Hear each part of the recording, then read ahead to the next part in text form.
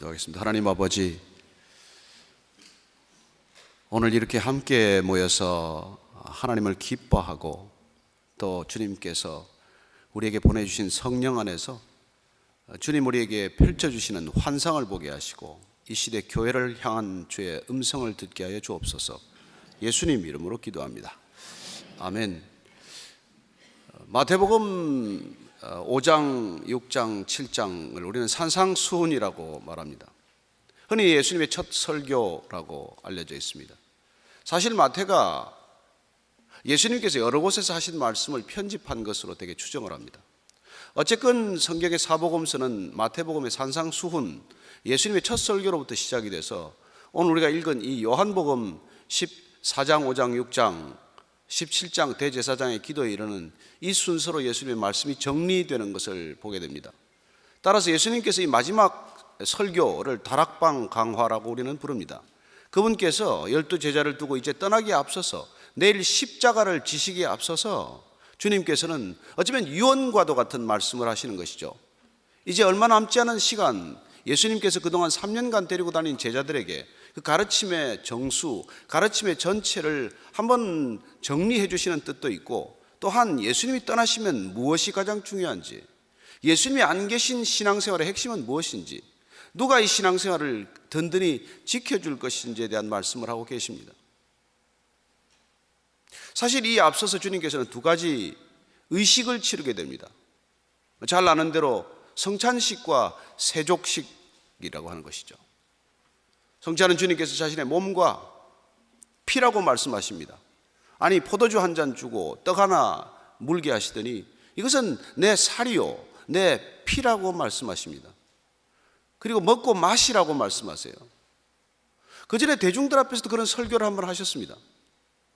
다른 무리가 많아졌을 때 예수님께서는 내 살을 먹고 내 피를 마시라고 말씀하셨을 때 많은 군중들이 듣고 흩어졌습니다. 우리들은 식인종이 되라고 하는가? 그 말씀은 깨닫기가 어렵다. 예수님께 제자들에게 물으십니다. 너희들도 나를 떠나려느냐? 베드로가 영생의 말씀이 있사오매 내가 어디로 가겠습니까? 그렇습니다. 주님께서는 살과 피를 먹으라고 하는 그런 놀라운 특히 거북한 메시지를 마지막에 또 제자들에게 하십니다. 이것은 예수님께서 너희들 안에, 내가 내 안에, 너희들이 내 안에 있어야 한다는 것을 상징적으로 의식화한 것이죠. 하나의 세리머니를 통해서 예수님께서는 그야말로 잊어버릴 수 없는 메시지를 전하고 계십니다. 여러분, 우리가 먹는 것은 우리 안에 들어옵니다. 먹는 것은 우리와 하나가 됩니다. 따라서 예수님께서는 내 안에 내가 들어가야, 내가 너와 하나가 되어야 이 신앙생활은 가능하다는 것을 말씀하고 계신 것이죠. 우리는 왜 성찬을 하고 있습니까? 왜 주님이 나가 다시 오실 때까지 그것을 기억하라고 말씀하십니까? 그렇습니다. 우리가 그분과 함께하는 신앙생활에 이루어서는 우리의 종교생활은 몸이 건조해지고 말 것입니다.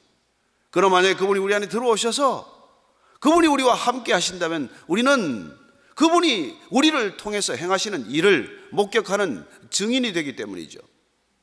또 한 가지 의식은 우리가 잘 아는 대로 세족식입니다.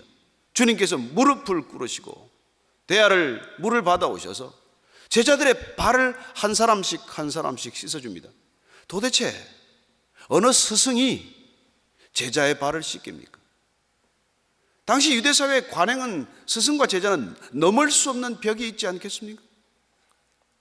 스승이 제자를 찾아가는 법도 없지만 스승이 제자들 앞에 무릎을 꿇을 일이 어디 있습니까? 그러나 예수님께서는 무릎을 꿇고 수건을 허리에 두르고 한 사람씩 발을 씻기십니다. 우리는 오늘날 많은 어떤 기독교적 의식과 절차 가운데 세족식을 행하고 있죠. 때로는 어떤 교회에서는 장로 장립식 때 그런 의식을 하기도 하고, 또 때로는 어떤 프로그램 끝 순서로 우리는 세족식을 하지만 주님께서 그 세족식을 하는 마음은 어땠겠어요? 십자가를 진다고 세 차례 네 차례 말씀하셨음에도 불구하고 여전히 다투는 제자들, 십자가를 지러 간다고 마지막 그렇게 가르쳐 주셨음에도 불구하고 여전히 누가 더 큰지를 다투는 제자들, 주님은 죽음을 누구 앞에 두고 있는데도 불구하고 이들은 여전히 누가 더 높은 자리에 앉을 것인지를 따지는 제자들, 그 제자들에게 마지막 무언극처럼, 판토마임처럼 그렇게 제자들 앞에 펼쳐주시는 하나의 거룩한 의식, 그것이 세족식의 의미였습니다. 너희들 누군가 더 크기를 다투어서는 결코 하나님의 나라가 임할 수 없고, 누가 더 높은 자리에 앉을 것인가를 따져서는 절대로 교회가 이루어질 수 없기 때문입니다. 오늘 우리가 낮에 VIP 잔치를 했습니다마는 우리 손 목사님이 올라오셔서 마지막 순서를 정리하시면서 저는 이 교회에서 가장 낮은 사람입니다. 제가 가슴이 뭉클했습니다. 저렇게 말할 수 있는 목사들이 많이 있겠나? 또 저렇게 말한다고 해서 말대로 사는 사람이 또 얼마나 되겠나? 그런데 주님께서 우리를 찾아오시면은 그런 마음을 갖도록 하기 위해서 주님이 친히 물에 불 끓으시고 제자들 한 사람 한 사람의 발을 씻길 때 베드로가 또 펄쩍 뛰지 않습니까? 베드로는 무슨 일 만나면 펄쩍 뛰어요? 여러분, 성령 충만하지 않으면 무슨 일만 있으면 펄쩍펄쩍 뜁니다. 대답은 잘하죠. 주님 왜 이러십니까? 내가 주님 발을 씻겨드려야지. 주님이 어떻게 내 발을 씻긴다고 이러십니까? 다른 애들은 몰라도 나는 안 됩니다. 나는 당신의 수제자 아닙니까? 그런 뜻이죠. 그러나 주님께서 뜻밖의 말씀을 하십니다. 내가 내 발을 씻기지 않으면 넌 나와 상관이 없다. 여러분, 얼마나 중요한 말입니까? 주님이 우리 발을 씻겨주지 않으면 우리는 주님과 상관이 없는 사람입니다.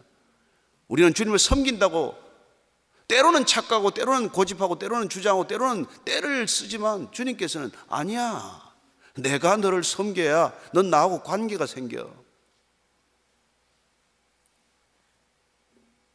주님께서 발을 씻어주지 않으면 우리는 상관이 없다는 것이죠.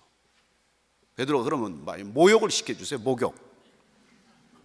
그러시려면 아예 목욕을 시켜주시죠. 아니, 목욕은 한 번 하면 돼. 그러나 발은 매일 씻어야 돼. 그렇습니다. 그렇게 주님께서는 제자들이 서로 섬기도록 말씀하신 것이죠. 서로의 발을 씻어주어라. 서로의 허물을 가려주어라. 그렇습니다. 주님께서는 우리가 아담과 하와에게도 그런 부탁을 하셨어요. 남편이 되고 아내가 된다는 것은 서로의 허물을 가려주는 것이야. 서로 부끄럽게 만들지 않는 것, 벌거벗었으나 부끄럽지 않게 만드는 것, 그게 가정이고, 허물과 약점이 그토록 많으나 부끄럽게 만들지 않는 것, 그게 교회야. 어쩌면 주님께서는 우리의 그 흉한 발, 하루 종일 그 먼지가 많은 갈릴리 꽃 또는 이 이스라엘 전역을 다니다가 저녁에 식사 때 들어올 때 누가 발 씻어주는 하인도 없는 모임, 웬만한 집이면 가면은 하인들이 발을 다 씻어주지만은 예수님의 일행 그 12 제자들과는 그 마지막 식탁 만찬의 자리에서도 발 하나 씻어주는 사람이 없어요. 근데 주님이 친히 발을 씻기신 것입니다. 그리고 너희들이 서로 발을 씻어주는 공동체가 되지 않겠니? 예수님의 간절한 마음이에요. 지금 주님이 떠나시고 십자가를 지시면 그분이 원하시는 것은 교회가 이 땅에 탄생하는 것입니다.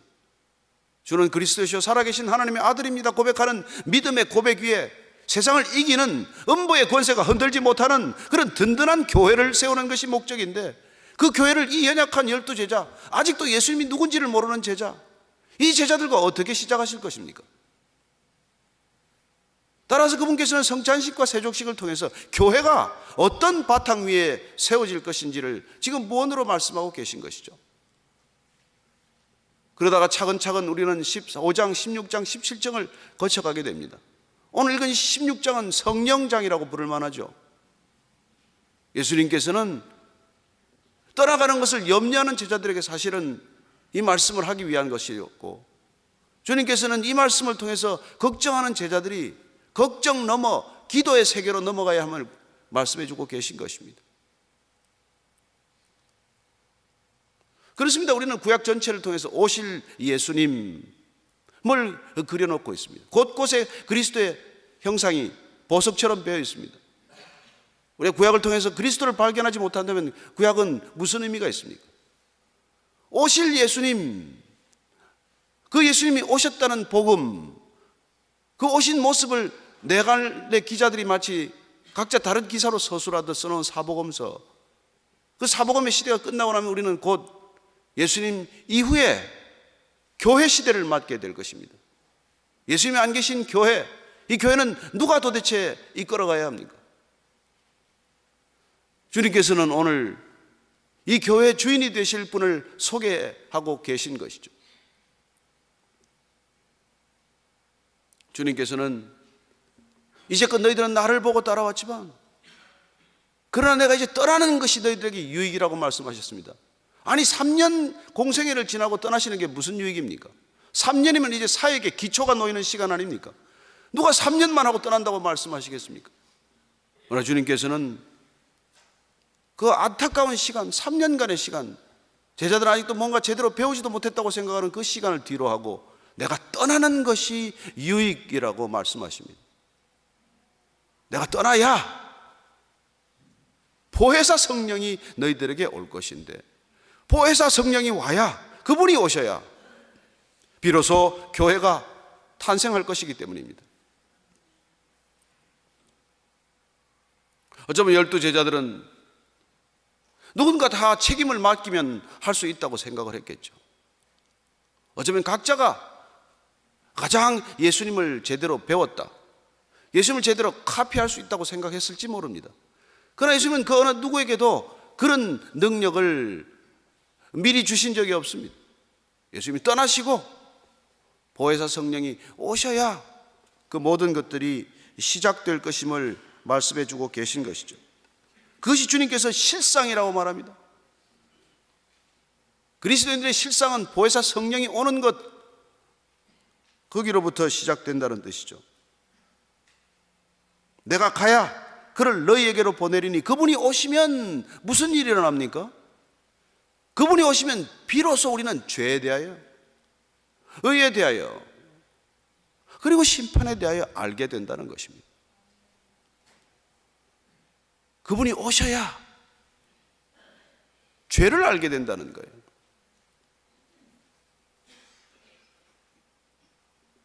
여러분, 교회가 죄를 아는 것으로부터 시작이 됩니다. 의를 아는 것으로 시작이 됩니다. 심판을 두려워하는 것으로 시작이 됩니다.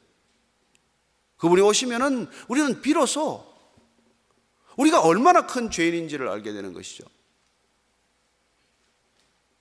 우리가 예수님 만나기 전까지, 또 예수님이 보내주신 그 성령이 우리 안에 함께 거하기 전까지, 우리 안에 성령의 빛이 조명하기 전까지 우리는 우리의 죄를 다 들여다볼 수조차 없지 않습니까?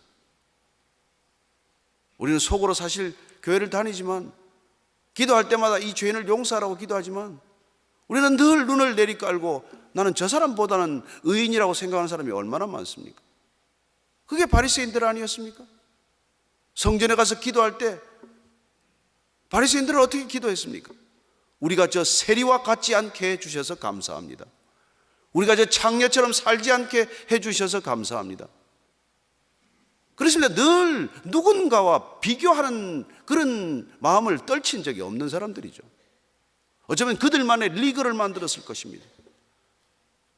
당시 예수님 당시 바리새인들은 6천여 명이었어요. 어쩌면 6천여 명도 서열을 만들지 않았겠습니까?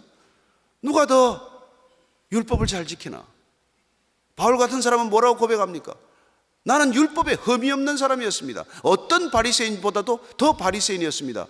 그렇습니다. 종교인들의 관심은 늘 자기 곁에 있는 동일한 신앙생활을 하고 있다고 믿는 사람들을 향해 있어요. 불신자들을 향해서는 내리깔고, 사실 은연중에는 말없는 교만과 말없는 무시와 멸시가 가득하지만 늘 그들은 웃고 다니죠. 그렇습니다. 얼마나 사실 표정은 우아합니까? 얼마나 교양이 많습니까? 성경도 그냥 들면 불경스럽고 가슴에 품듯 품고, 형제님, 장로님, 속으로 저런 장로가 무슨 장로야? 그 속마음을 누가 알겠습니까? 우리는 철저히 회개한 적이 없습니다. 우리의 문제는 철저히 죄에 대하여 자각해 본 적이 없다는 것이죠.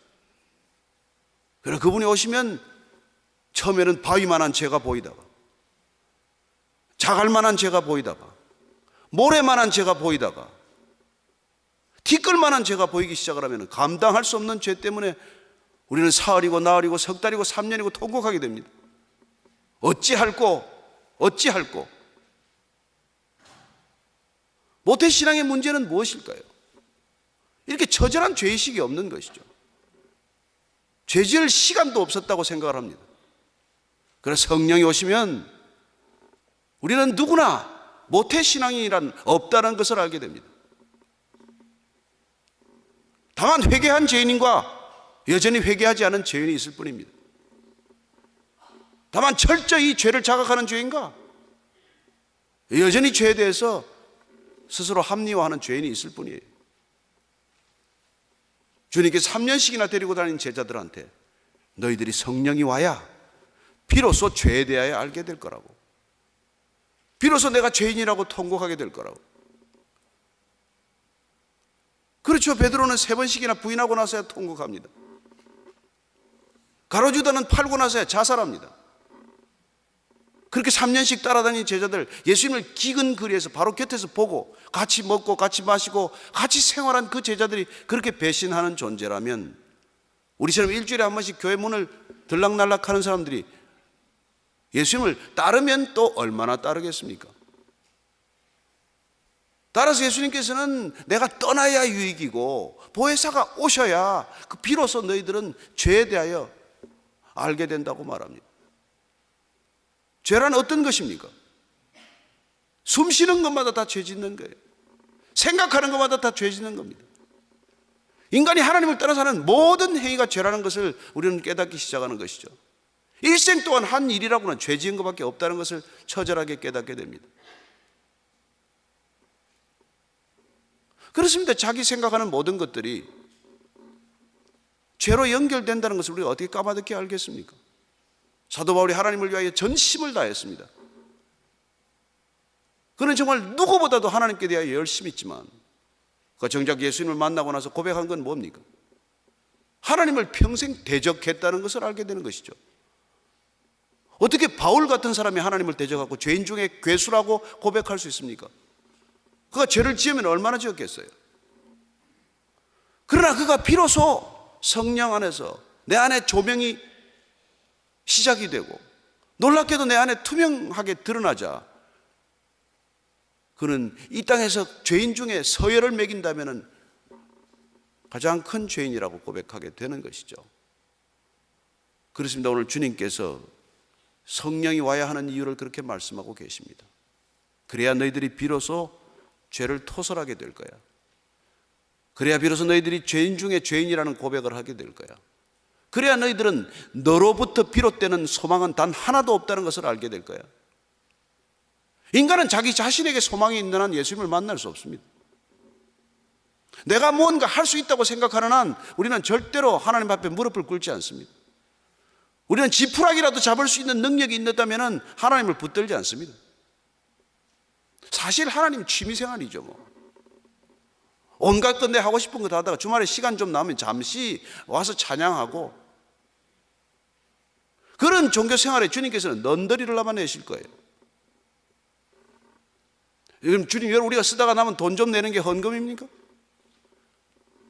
우리가 바삐 살다가 시간 좀 내는 게 그게 헌신이에요? 아니요. 주님께서는 성령이 오셔야 비로소 우리는 죄의 본질 깊은 곳에 빠져서 더 이상 내 힘으로 빠져나올 수 없다는 것을 고백하게 되는 것이죠. 주님! 부르짖는 것 말고 할 일이 없다는 것을 알게 됩니다.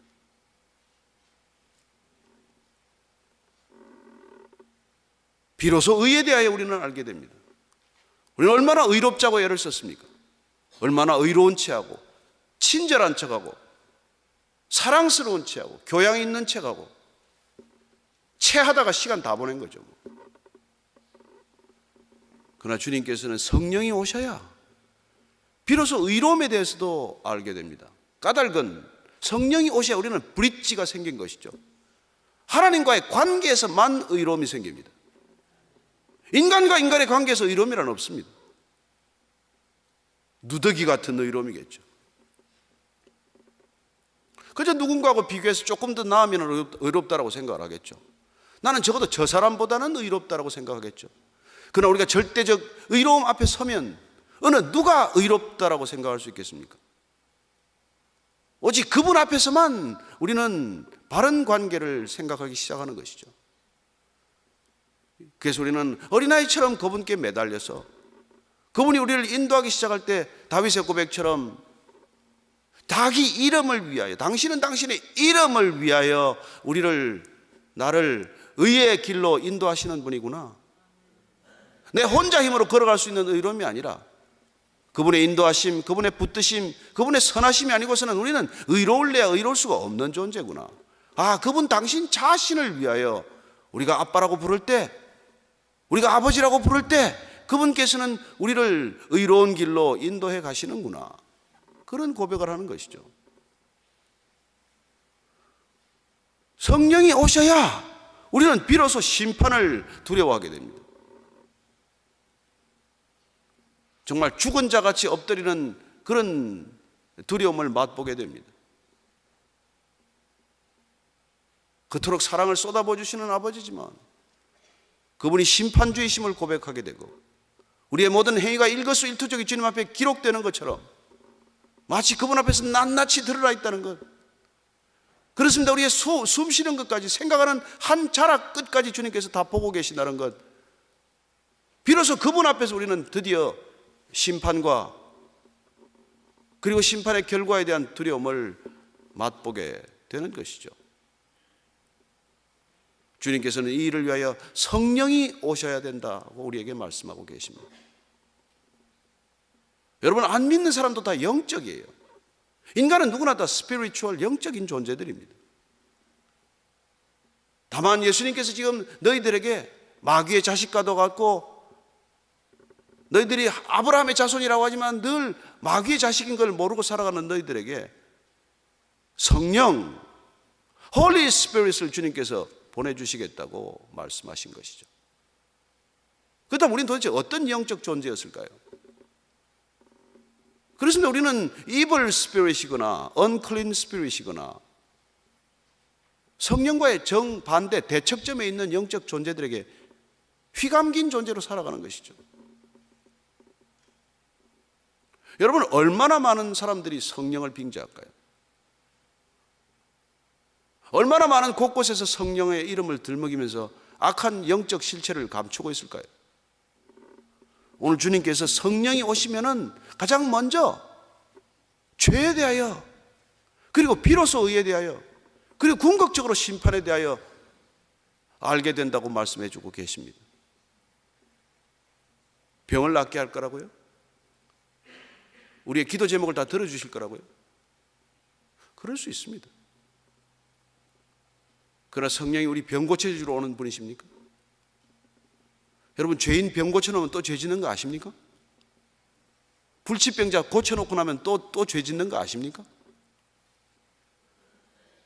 주님께서 우리에게 성령을 보내주시고자 하는 것은 우리가 근본적으로 죄로부터 돌이키기를 원하시고, 그리고 궁극적으로 하나님과의 바른 관계에 들어가시기를 원하시고, 그리고 궁극적으로 우리는 심판을 두려워하고 구원받은 백성으로서 살기를 날마다 결단하는 삶을 살기 때문에 그분께서는 우리에게 성령을 보내주시고자 하는 것이죠. 3년을 따라다녀도 아직도 예수님이 누군지 모르는 제자들, 마지막 십자가 앞에서 다 도망가고 말 제자들, 끝까지 주님을 부인하거나 주님을 기피할 그 제자들 앞에 두고 주님께서는 지금 성령을 말씀하고 계신 것입니다. 내가 떠나야 하는 이유, 내가 떠나서 아버지께로 가서 아버지께로부터 오는 성령이 너희들에게 임해야 하는 이유. 그렇습니다. 신앙은 궁극적으로 성령이 우리에게 오셔야 비로소 시작되는 일입니다. 그 많은 종교심을 가지고 그 많은 종교적 열심을 다했지만 하나님을 오히려 대적했다고 고백한 우리는 사울처럼, 그 사울이 바울 되기 위해서는 그도 예수님을 만나야 하고 예수님의 음성을 들어야 되고, 사울아 사울아 내가 왜 나를 핍박하느냐, 얼마나 소스라치게 놀랐겠어요. 그러나 한 번도 직접 예수님을 대면한 적이 없습니다. 그러나 어쩌면 그때까지 사도들도 직접 대면한 사람이 없죠. 그래서 스데반이 돌로 맞아 죽는 현장에서 잠시 있었을 뿐인데, 그렇습니다. 그는 예수님을 대적한 것이고 궁극적으로 그가 그토록 잘 섬긴다고 철석같이 믿었던 하나님을 평생 대적하면서 살았던 것이죠. 그렇습니다. 종교의 실상입니다. 수많은 종교가 하나님을 대적하고 있습니다. 무슨 종교 통합입니까?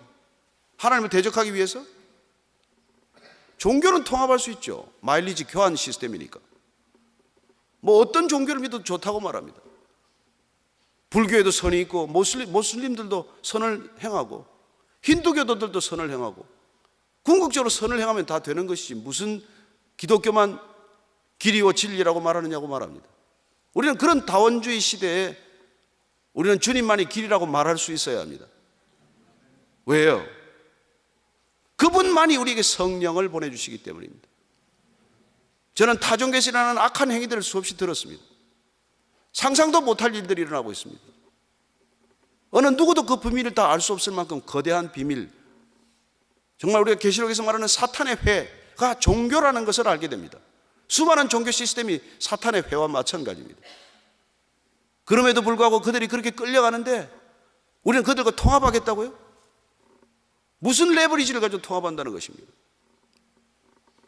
저는 그들을 불쌍히 여기는 마음을 잃지 않아야 한다는 것을 믿습니다. 그러나 성령이 오시면 그 한 가지 우리의 눈을 들어서 모든 종교의 실상을 환히 밝히 드러나게 하십니다. 오늘 주님께서는 내가 아직도 너에게 이럴 것이 많지만 여기서 스탑 하십니다. 어떻게 제자들이 다 감당하겠어요? 그러나 진리의 성령이 오시면 그가 너희를 모든 진리 가운데로 인도하실 것이다. 그리고 그는 스스로 말하지 않고 오직 들은 것을 말하며 장래일을 말할 것이라고 말씀하십니다. 주님께서는 이 땅에 공생애를 시작하실 때 요단강에서 세례받고 올라오실 때 하늘이 열리고 하늘로부터 소리가 있어 가로되 이는 내 사랑하는 아들이요 내 기뻐하는 자라 하는 음성을 듣고 성령이 비둘기같이 임하는 삼위일체의 모습을, 아름다운 그림을 우리는 보게 됩니다. 요단강에서 시작된 예수님의 첫걸음, 공생의 첫걸음은 그러나 바로 광야로 이어지게 됩니다. 성령에 이끌려 마귀의 시험을 받으러 가십니다.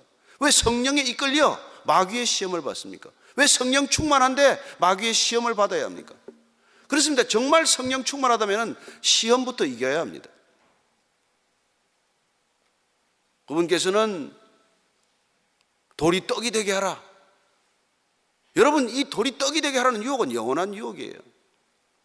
그리스인들은 이걸 가지고 마이더스 신화를 만들었습니다. 손만 대면 금이 되는 것, 투자하는 것마다 대박 나는 것, 인간의 꿈 아닙니까? 누가 일용할 양식에 만족합니까? 월용할 양식 내지는 연용할 양식 내지는 평생욕할 양식, 아니 자자손손 먹을 그런 양식을 원하지 누가 일용할 양식을 구합니까? 그래서 우리는 더 많은 떡, 더 풍성한 떡, 차고 넘치는 떡을 원하지만 주님께서는 사람이 떡으로만 사는 것이 아니요 하나님의 말씀으로 사는 존재라고 말씀하십니다. 저와 여러분들이 말씀으로 사는 존재가 되기를 축복합니다. 성전 꼭대기에서 뛰어내려서 천사가 받아주면 그걸로 메시아 등극 끝입니다. 그러나 주님께서는 그런 방법으로 메시아가 되지 않습니다. 그렇습니다. 그분은 십자가를 통해서만 메시아가 되실 것입니다. 그러나 우리는 얼마나 많은 사람들이 성공신화에 시달립니까? 얼마나 많은 사람들이 인기에 집착합니까? 얼마나 많은 사람들이 인정 욕구에 목이 마릅니까? 왜 그렇게 많은 사람들이 인정이 그렇게 필요하십니까? 왜 그렇게 많은 박수를 받아야 합니까? 왜 그렇게 주목을 받아야 합니까? 그래서 주님께서는 그 시험을 기꺼이 통과하십니다. 여호와를 시험하지 않겠다고 말씀하십니다. 하나님을 그런 방법으로 시험하지 않습니다. 천하만국의 영광을 보여주시는 주님께 내가 절만하면 내가 이 모든 영광을 주겠다. 그렇습니다. 우리는 뭐 그렇게까지 많은 영광을 줄 것도 없죠. 아파트 큰 거 한 두어 채면 되지 않겠습니까? 뭐 임마누엘보다 조금 큰 부지, 교회 부지만 하나 나와도 절할 판 아니겠어요? 그러나 온 천하 만국의 영광을 다 준다고 하더라도 오직 하나님께만 경배하겠다고 결정하십시다. 오직 하나님께만 경배하겠다고 결심하십시다. 우리는 어떤 우상도 절하지 않을 것입니다. 여러분, 자칫하면 교회도 우상으로 만들 수가 있어요. 그걸 처치이즘이라고 말합니다. 주님보다도 예배당이 더 중요한 사람들이 있습니다. 예수님보다도 내 교회 이름이 더 중요한 사람들이 있어요. 내가 어느 교회 다니는 게 그렇게 중요합니까? 주님이 앞에 서시면 너는 어느 교회 다니다가 왔냐? 너는 집사였나 장로였냐 물어보실 것 같습니까? 너는 나를 아느냐라고 묻지 않습니까? 여러분, 주님을 아는 게 중요합니까? 저 같은 목사하는 게 중요합니까? 성경 읽는 게 중요합니까? 설교 듣는 게 중요합니까? 뭐가 더 중요해요? 뭐가 더 중요해요?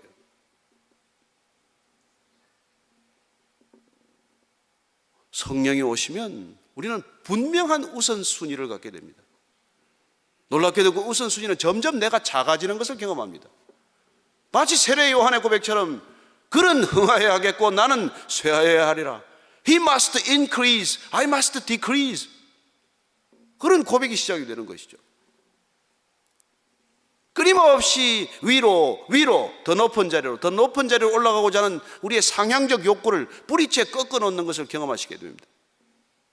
성령이 오시는 이유예요.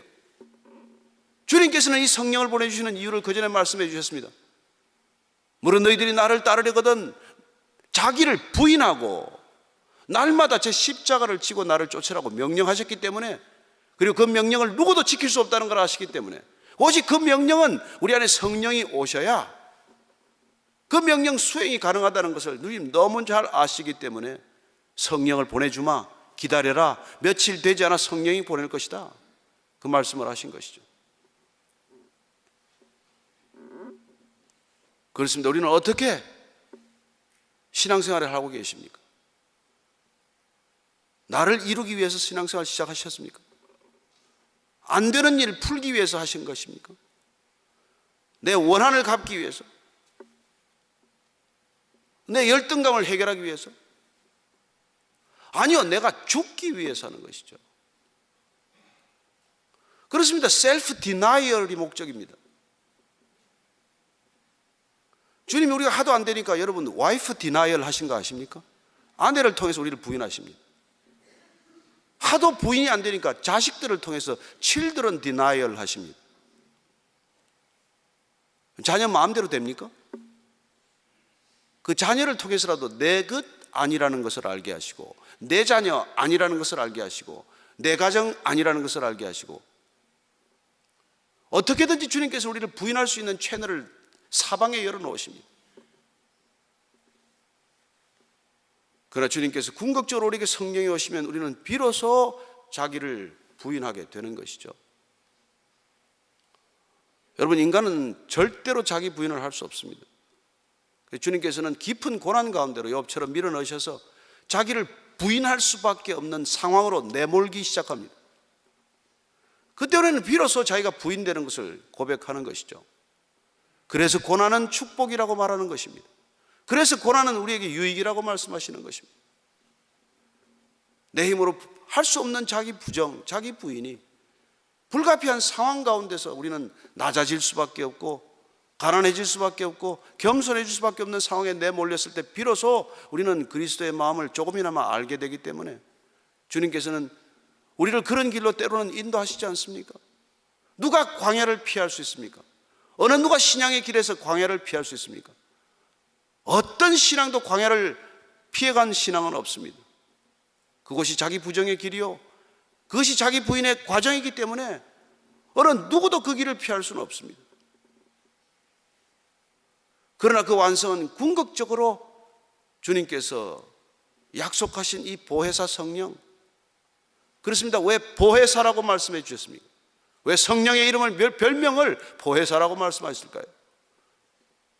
뭐 들어보신 분들은 잘 알겠지만 헬라어로는 파라클레토스, 파라칼레오라는 동사에서 비롯된 단어입니다.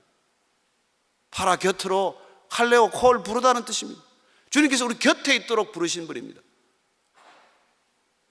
그렇습니다. 그분이 오셔서 우리에 대해 죄에 대하여, 의에 대하여, 심판에 대하여 알게 하시도록 우리를 그리스도의 길로 인도하시기 위해서 그분께서 우리에게 파라칼레오 하셨고, 우리 곁에 오셔서 파라클레토스, 보혜사, 보혜사는 중국어로 성경에서 번역한 것이요, 지킬 보자에 은혜 해자에다가 가르칠 사자입니다. 우리 곁에서 우리를 지켜주시고 우리에게 은혜를 끼치시고 그리고 우리에게 깨닫게 하시고 가르치시는 존재가 되신 것이죠. 그래서 이런 분이 우리에게 오셔서 비로소 우리는 말씀과 성령으로 한 사람 한 사람 교회가 되도록 주님께서는 놀라운 선물을 준비하신 것이죠. 사람 모인다고 교회가 될까요? 종교기관은 탄생하겠죠. 그러나 오늘 주님께서 보혜사 성령이 와야, 그분이 와야 비로소 교회가 탄생할 것이기 때문에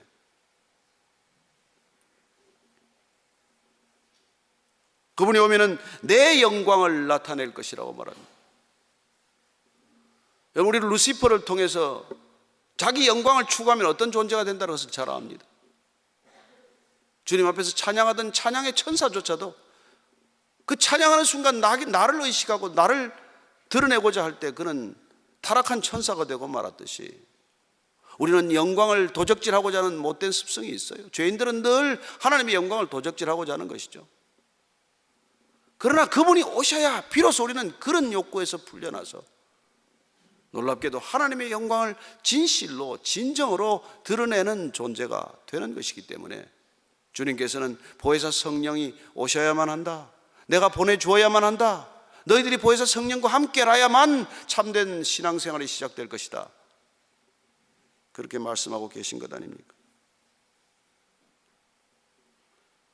오늘 15절 말씀을 이렇게 말합니다. 무릇 아버지께 있는 것은 다 내 것이라. 그렇습니다. 우리는 하나님을 아버지라고 불렀으면 하나님 아버지께 있는 것은 다 내 것이라는 것을 믿으십시오. 그래서 우리는 부족함이 없다고 고백하는 것이죠. 현실적으로는 어떻습니까? 부족한 것 투성이죠. 다윗이 그 시편을 읊을 때 왕궁에서 시를 지었습니까? 시편 23편은 아니죠. 다윗도 광야를 전전했습니다. 십수년 다윗은 광야를 전전하면서 마온 광야, 집 광야, 엔게디 광야, 광야란 광야는 다 돌았습니다. 이스라엘 광야 땅을 전전하기 힘들어서 그는 시글락 공동체를 만들어서 블레셋 땅으로 피난까지 갔던 사람입니다. 그는 사울 왕에게 목숨을 뺏길 뻔한 적이 2번, 3번 수없이 많은 경험을 했지만 그러나 그는 결코 사울 왕을 내 손으로 처단하지 않고 이런 놀라운 시를 남긴 것이죠. 어떻게 여호와는 나의 목자에서 부족함이 없다는 시를 광야에서 볼 수 있을까요? 어떻게 사망의 음침한 골짜기를 지나면서도 해를 두려워하지 않을 수 있습니까? 어떻게 원수의 목전에서 내 잔이 넘친다라고 그렇게 노래할 수 있습니까? 어떻게 우리는 이미 여호와의 집에 영원히 거한다고 노래할 수 있겠어요? 그 성령의 사람이 아니었다면. 그렇습니다. 그는 오실 메시아를 보았습니다. 그 메시아의 고난을 노래했습니다. 그렇습니다. 우리가 성령 안에서 우리는 장래 일을 알게 됩니다. 우리 성령 안에서 메시아가 누군지를 알게 되고 그 메시아가 어떤 일을 이 섭리 가운데 행하실 것인지를 알게 됩니다. 요한복음을 기록한 사도 요한은 마지막 반모섬에서 나이 90이 넘어서 그 동굴 속에서 주의 날 그는 그리스도의 음성을 듣게 됩니다. 놀라운 음성이죠. 내가 보고 들은 것을 기록하라, 그런 음성을 듣습니다. 그는 7개 별을 들고 7개 촛대 사이를 지나는 예수 그리스도를 보게 됩니다. 그렇습니다. 성령 안에서 성령에 감동되어 그는 성령의 음성을 아니라 주님의 음성을 직접 들은 것을 기록하고 있는 것이죠. 오늘 주님께서는 우리가 하나님 아버지라고 부르게 될 때 그 아버지로 우리가 늘 날마다 기억하고 그 아버지를 아버지로 인정하기 위해서는 우리에게 성령이 필요하다는 것을 너무나 잘 아십니다. 그래야 우리 자신이 부인되고 날마다 내 자신이 부인되고 바울의 고백처럼 이제는 내 안에 사는 것이 내가 아니요 내 안에 계신 그리스도라고 고백하게 하는 것이죠. 그렇습니다. 내 안에 그리스도가 사신다는 것, 이제 내가 사는 것은, 믿음 가운데 사는 것은 나를 사랑하사 나를 위하여 자기 몸을 버리신 하나님의 아들을 믿는 믿음 안에서 오직 사는 존재라고 고백하게 되는 것이죠.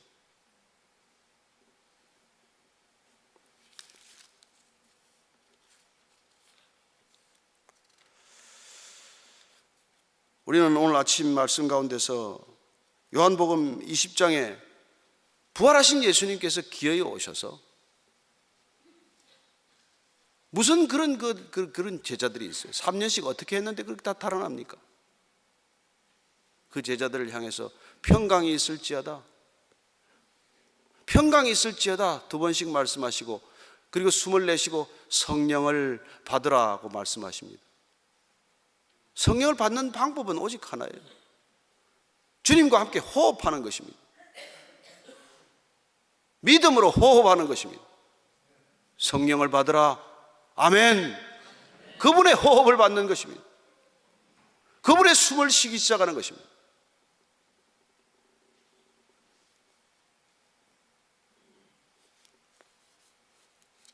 그때 우리는 비로소 내 안에 그리스도가 사신다는 고백을 하게 되는 것이죠. 그리고 우리는 비로소 나를 드러내기 위한 신앙생활이 아니라 나를 부인하기 위한 참된 신앙의 길을 걷기 시작하는 것이죠. 그러면 어떻게 살까요? 게으를까요? 주님 안에서 우리는 생명을 다하듯 살게 됩니다. 우리는 그분 안에서 더 이상 게으르지 않습니다. 우리는 그분 안에서 더 이상 비겁하지 않습니다. 다 우리가 목숨 때문에 조금씩 비겁하지 않습니까? 그러나 성령이 그분 안에서, 우리 안에서 오시면 예수님께서 드디어 너는 내 증인이 될 것이라고 말씀해 주시는 것이죠. 그렇습니다. 그분께서 우리를 나를 따르라고 부르셨어요. 우리는 그분을 따름으로써 놀랍게도 제자가 되는 것을 경험합니다. 제자는 마테테스라고 불러요.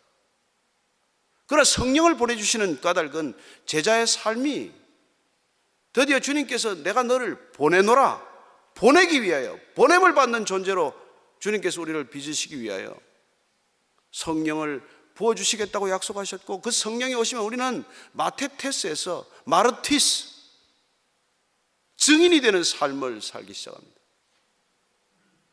그 마르티스라는 뜻은 우리가 마터, 순교자의 어원이 되는 말씀이죠. 그래서 본회퍼 목사님은 성령 받은 우리를 향하여 한마디로 정의해 주십니다.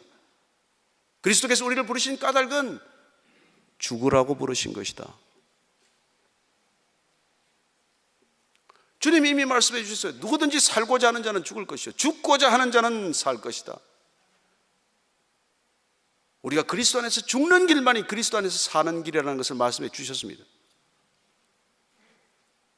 그리고 그분 안에서 다시 살기 시작해야 비로소 우리는 증인이 된다는 것을 말씀해 주셨습니다. 성령이 너에게 임하면 권능을 받고, 무슨 권능입니까? 두나미스, 폭발적인 권능이에요. 우리의 힘이 아니고 그리스도의 능력으로 일어난 놀라운 두나미스를 받게 되고, 그 능력이 우리에게 임하면 너희가 예루살렘과 온 유대와 사마리아와 땅 끝까지 이르러 내 증인 될 것이라고 말씀해 주십니다.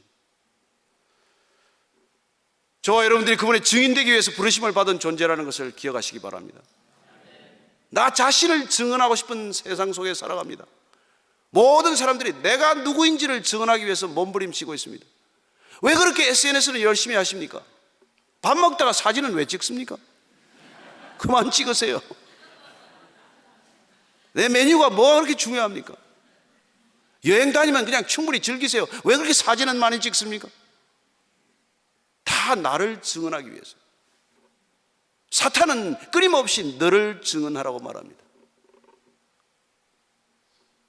여러분, 인간의 문명과 문화가 얼마나 사탄이 지배하고 있는지 잘 아시지 않습니까? 가인의 후예가 쌓은 것은 에녹 성이요, 바벨 탑이요, 그들의 후손이 끝까지 만들어 놓은 것은 이 인류의 문명과 문화라고 이름 짓고 있는 것들입니다. 두발 가인은 철기 문화를 만들었고, 나아만은 무슨 피리를 불고, 예술이요 기술이요 하는 그 모든 것들이, 인간의 문명은 다 누구의 후손입니까? 사실은 가인의 후손들이에요. 여러분, 사실 우리가 누리는 문화생활 한번 보십시오. 기가 막히지 않습니까? 영화 볼만한 영화가 얼마나 됩니까?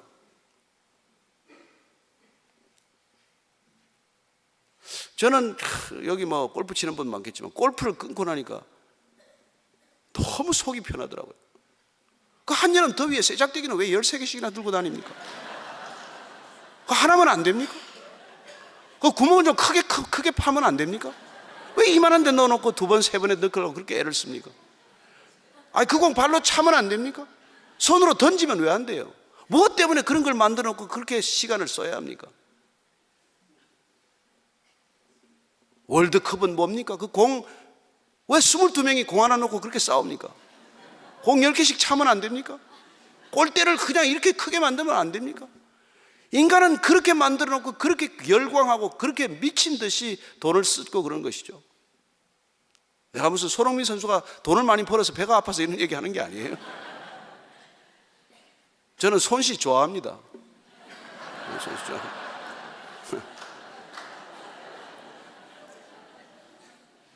그러나 우리가 이 시대 문화와 문명 속에 살아가지만 우리는 그 본질을 꿰뚫고 있어야 합니다. 우리가 문명과 문화 속으로 들어가는 이유는 그들을 단 한 사람이라도 얻기 위해서지 우리가 그들과 경쟁하기 위해서 가는 게 아니에요. 여러분, 그 공 잘 차서 뭐하고, 사실 그 좀 안타까운 얘기지만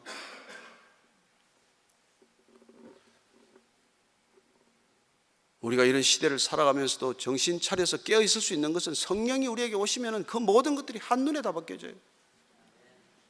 예술이 뭡니까? 그 음악과 그 미술과, 여러분, 악한 영들이 지배하는 예술을 보십시오. 끔찍하지 않습니까?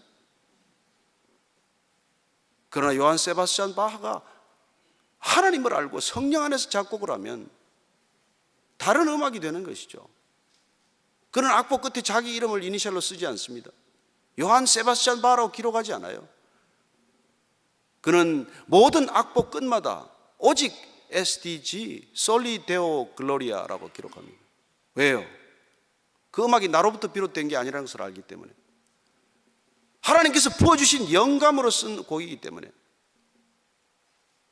성령이 오시면 여러분들이 무슨 일을 하든 그것이 하나님의 영광이 될 줄로 믿으십시오. 여러분이 하는 모든 일들이 하나님께서는 영광을 받으실 것입니다. 그러나 내 욕망을 위해 산다면 이 공간 안에서 일어나더라도 그것은 하나님의 영광이 될 수 없습니다. 성령이 오셔야 하는 이유를 주님께서 그렇게 말씀해 주고 계십니다. 그분이 오셔야 너희들은 비로소 내 영광을 위해서 살게 될 거야. 그분 오시기 전까지 우리는 무슨 일을 하더라도 나의 영광을 위해서 하고 있는 거예요. 무슨 말로 포장을 하건, 무슨 행동으로 가식을 하건, 무슨 위선을 떨건, 우리는 오직 나를 위하여 그렇게 살아가는 존재죠. 그러나 성령이 오시면 우리는 비로소 눈물로 통회하고 눈물로 회개하고, 그리고 주님 앞에 엎드려서 웬 은혜인가, 웬 은혜인가.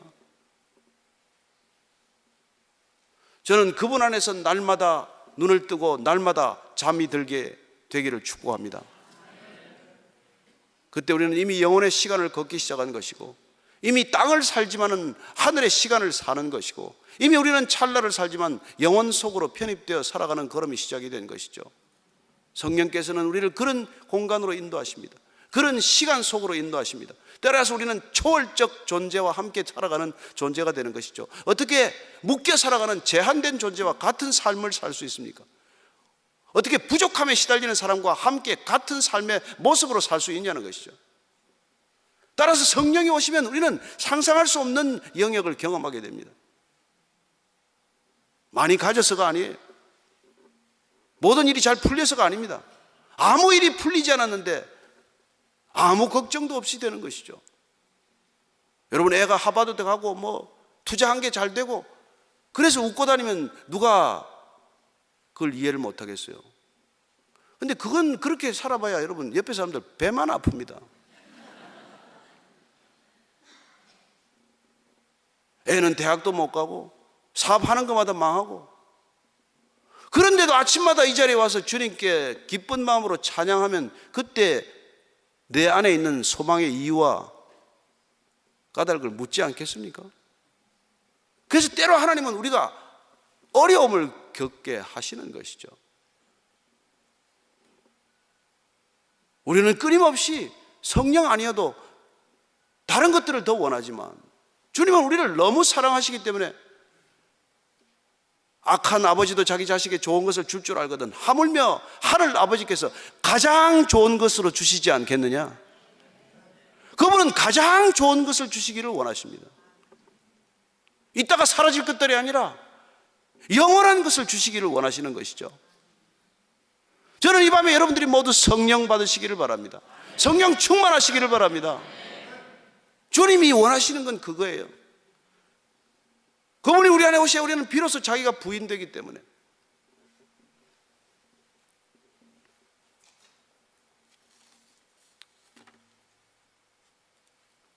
사도 바울은 갈라디아서 5장 17절 말씀에 그는 성령을 받고 이렇게 고백합니다. 육체의 소욕은 성령을 거스르고 성령은 육체를 거스르나니 이 둘이 서로 대적함으로 너희가 원하는 것을 하지 못하게 하려 함이라. 바울이 깨달은 건 이거예요. 성령 충만하니까 육체의 소욕을 끊임없이 거스르는 것을 경험하게 됩니다. 그는 눈의 가시를 위해서 3번씩, 몸의 가시를 위해서 3번씩 기도했습니다. 그러나 주님께서는 내게 있는 은혜가 족하다라고 안 고쳐주세요. 사도 바울 정도면 고쳐줘야 되는 것 아닙니까? 40에 하나 감한매를 3번씩 맞고 강의 위협, 도적의 위협, 온갖 위협을 다 거스르고 소아시아와 마케도니아, 아가야 지방에 가는 곳마다 교회가 탄생하고 그 정도면 눈 하나 못 고쳐주고 몸에 가시 하나 안 빼줍니까? 그러나 그는 고쳐주지 않는 하나님을 원망하지 않습니다. 그것조차도 내 육신의 소욕임을 알았기 때문이죠. 나의 약한 데서 강한 하나님을 드러내시고자 하는 하나님의 뜻을 알고 그는 그렇게 고백하는 것이죠. 육체의 소욕과 성령의 소욕은 거스르는구나. 그렇습니다. 주님께서도, 우리 주님께서 마지막까지 육체의 소욕을 거스르는 기도를 하십니다. 할 수만 있다면 이 잔을 피하게 해달라는 기도를 더 이상 하지 않습니다. 주님의 뜻대로 하시도록 기도하는 모습을 보게 되는 것이죠. 무엇 때문에 우리는 기도의 자리에 앉습니까? 무엇 때문에 우리는 그리스도인의 길을 가고 있습니까? 다른 종교인들과 하나 다를 바 없는 길을 가기 위해서입니까? 그래서 종교 통합을 원하고 계십니까?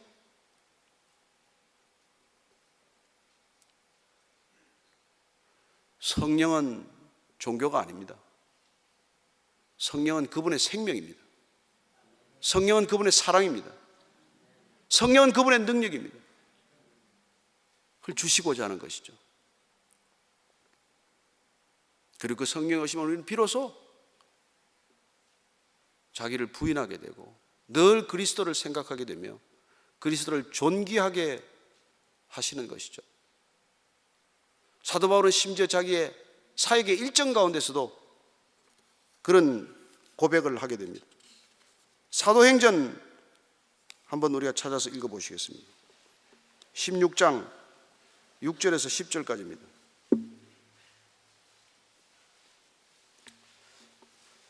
사도행전 16장 6절에서 10절까지 찾으신 분들 한 목소리로 같이 읽겠습니다. 시작. 성령이 아시아에서 말씀을 전하지 못하게 하시거늘 그들이 부르기아와 갈라디아 땅으로 다녀가 무시아 앞에 이르러 비두니아로 가고자 애쓰되 예수의 영이 허락하지 아니하시는지라.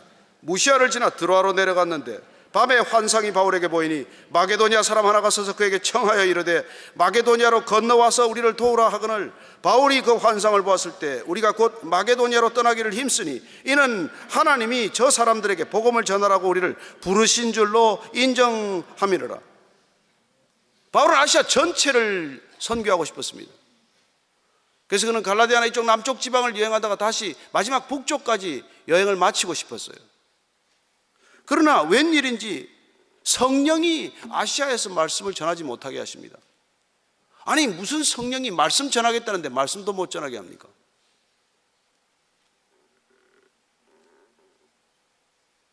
그래서 무시아 앞에 이르러서 비두니아로 가고자 애씁니다. 북부지방입니다. 계속 가고자 애쓰는 거예요. 나는 북부지방에 가서 이 소아시아 전체를 전도하고 싶습니다.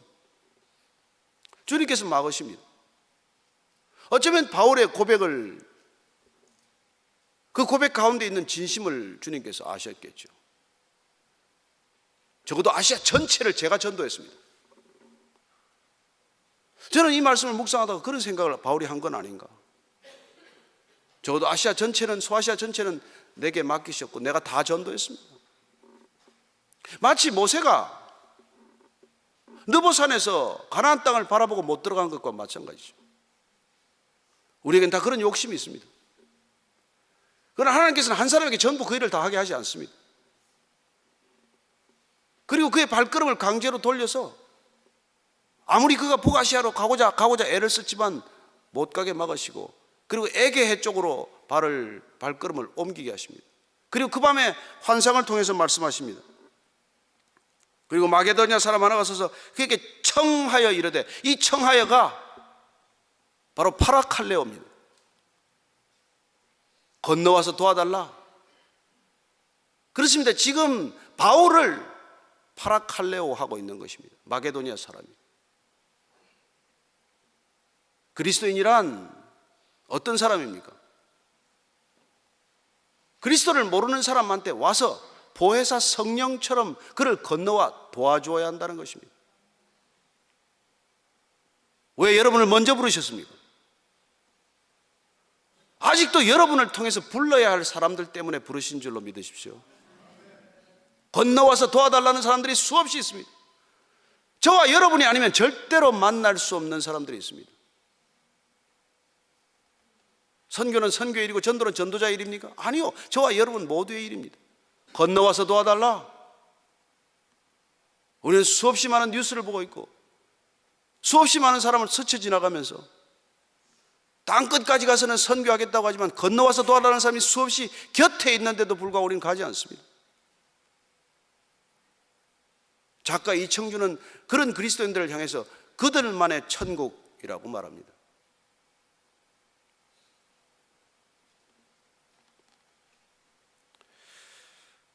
바울은 놀랍게도 성령 충만했기 때문에 성령의 음성도 알았고 환상의 뜻도 알았고, 그리고 그는 즉시 발걸음을 돌이켜서 마게도니아로 가게 됩니다. 성령 충만했더니 모든 일이 다 되는 때도 있지만 주님께서 일을 막으실 때도 있습니다. 막으시는 것도 주님의 뜻이고 문을 여시는 것도 주님의 뜻입니다. 따라서 주님께서 열어주시는 문은 열려 있습니다.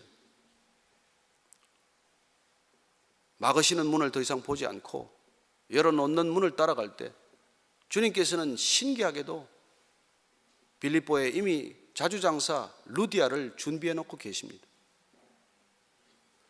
주님이 하시는 일은 신묘막측한 일입니다. 그분께서 우리에게 성령을 보내주시고 우리가 그 성령의 음성을 따라 성령의 인도하심을 따라 순종할 때 하나님께서는 단 하나도 우리가 한 것이 없다는 것을 고백할 수 있도록 모든 것을 준비해 놓으십니다. 아무것도 안 보인다고요? 아닙니다. 주님께서는 모든 것을 준비하셨습니다. 이 땅에 100년 전에 이 교회를 준비하신 주님을 우리는 믿어야 합니다. 어떻게 이런 땅에 이렇게 아름다운 예배 처소를 주님께서 허락하십니까? 따라서 사도 바울이 점점 성령 안에서 발견하게 된 것은 모태에서부터 작정하신 주님, 아니 이 땅이 창세 전에 우리를 작정하신 주님을 깨닫게 되는 것이죠. 그렇습니다. 우리는 단지 우리의 할아버지, 증조부, 고조부가 아니라 단순히 아담이 아니라 그 이전부터 창조하신, 계획하신, 섭리하신 주님을 깨닫게 되는 것이죠. 저는 그분이 우리의 아버지이심을 믿으시고 그 아버지를 아버지 되게 호적 정리하러 오신 주님을 믿으시고 그 주님이 끝내 우리가 순종할 수 있도록 보내주신 성령님을 의지할 수 있게 되시기를 축복합니다.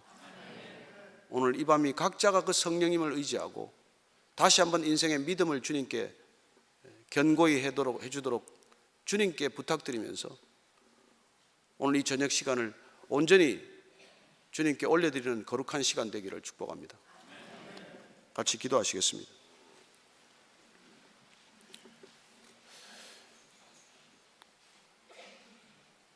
하나님 아버지, 예수 믿고 잘된 게 하나도 없을지라도 비교할 수 없이 잘된 줄로 믿습니다. 기도 제목이 하나도 응답되지 않았지만 모두 응답해 주신 줄로 믿습니다. 주님, 성령을 부어주셨사오니 모든 것 다 주신 줄로 믿습니다. 성령 안에서 아버지의 것 모두 다 제 것임을 믿습니다. 예수님 이름으로 기도합니다. 아멘.